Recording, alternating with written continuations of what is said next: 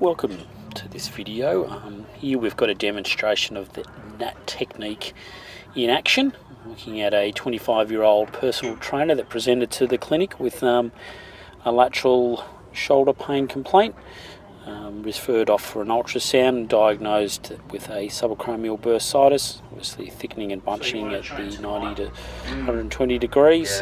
Obviously stopping him for any activities overhead, especially pressing movements.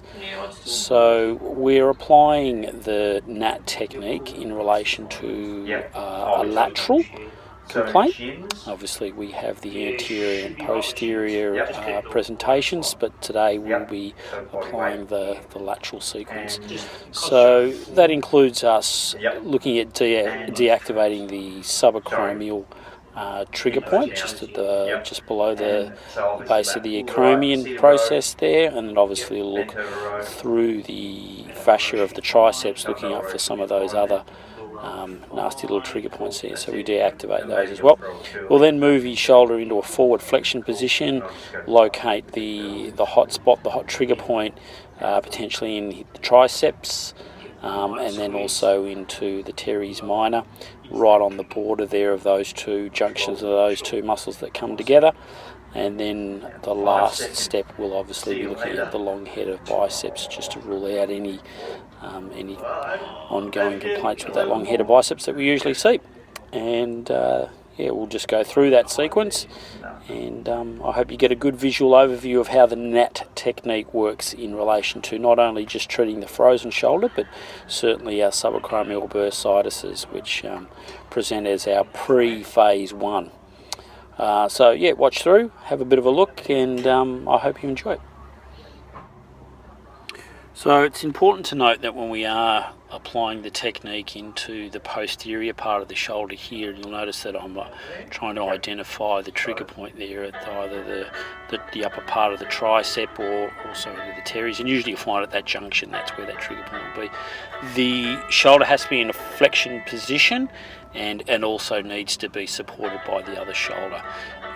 The technique itself is obviously a digital ischemic compression, so a deep inhibitory sort of technique, and the idea is finding the hot spot and then moving on and off that hot spot in relation to the fading out of the symptoms. So we may get some resolution to those symptoms at one position, but just moving the elbow basically either in an anterior or even a posterior or inferior or superior position just slightly will change the dynamic. So basically working through all of those until we basically obliterate any of the tenderness in there.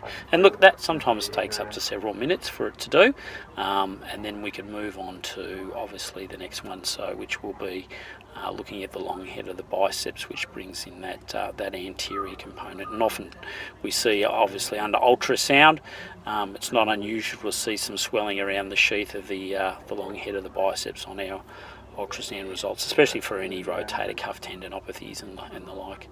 I should note at this point that this particular client had been seeing me on and off for a whole range of different types of reasons, but recently had certainly upped the amount of sessions that he was doing with weights, and obviously some of those included things such as heavy shoulder presses and, as far as I'm concerned, my worst enemy, which is the lateral raise, and also front raises, which are not friendly to the rotator cuff muscles or the glenohumeral, especially in heavy poundages as well. So you tend to pay the price there.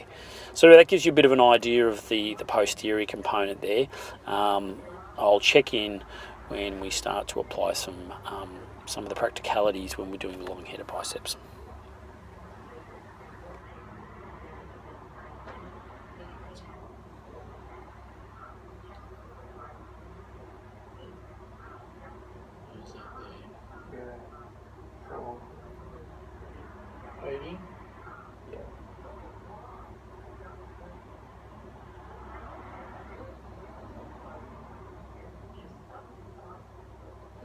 Just push it down.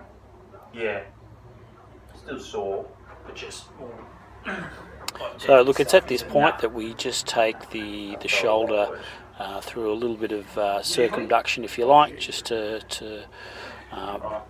experience some of the more pain-free range, and then obviously turn them over, and we're going to start looking at applying some of the deep inhibitory techniques again to the long head of the biceps. So yeah, so look, the area we're looking at in the long head of the biceps is obviously just in and around where that transverse humeral ligament may be. You usually find a couple of really hot tender spots there, or almost feeling it, well, slightly like adhesions, but obviously they're not. But you'll find that these trigger points or these nodulae spots here are significantly tender, and you'll notice that my client is multitasking here. He can text with one arm as well. But at the same time, we need to check in with this client in terms of their pain tolerance, because this area can be red hot.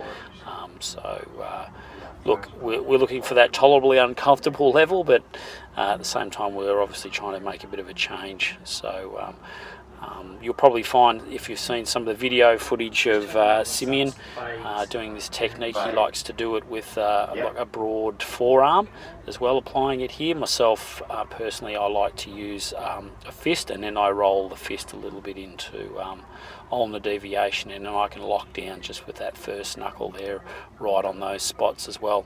Now, once again, it's the same as the techniques that we've been doing beforehand, just moving either on or off those areas as they fade out. We can obviously pick up the other dimensions of these trigger points, because we've got to remember that these sort of hot spots are three-dimensional, so we need to treat them in that respect. So just coming either slightly anterior or posterior, or even, obviously, medial to lateral, or also inferior to superior, and looking for those hot spots, making sure that we get on those, letting them fade out, and then going from there. Also here, once I've gone through these steps, then basically what I do is looking at retesting that range of movement, so I know that there was some catching and impingement on that internal and external rotation at those end ranges.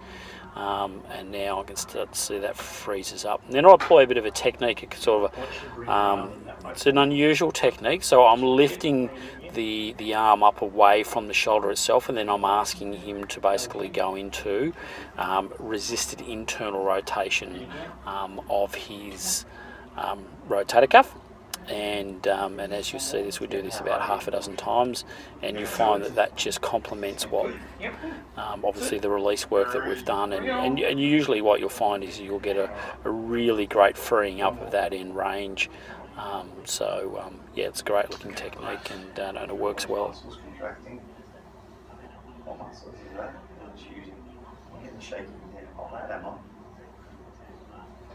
It's much better. Look at that. That's awesome. Alright, let's do 3 more. Yep. Okay.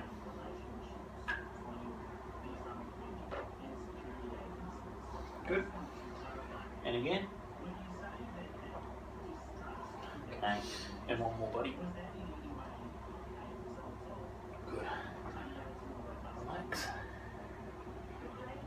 Oh.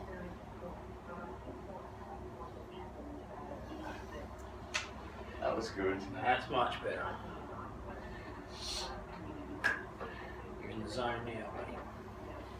So look, that pretty well much concludes the treatment process, and I hope that gives you a really good visual overview of how applying the NAT technique and how effective it can be. And look, most definitely, it comes into its own when you are treating the frozen shoulder complex, but most certainly I now apply this to just about every subacromial bursitis that comes in the door.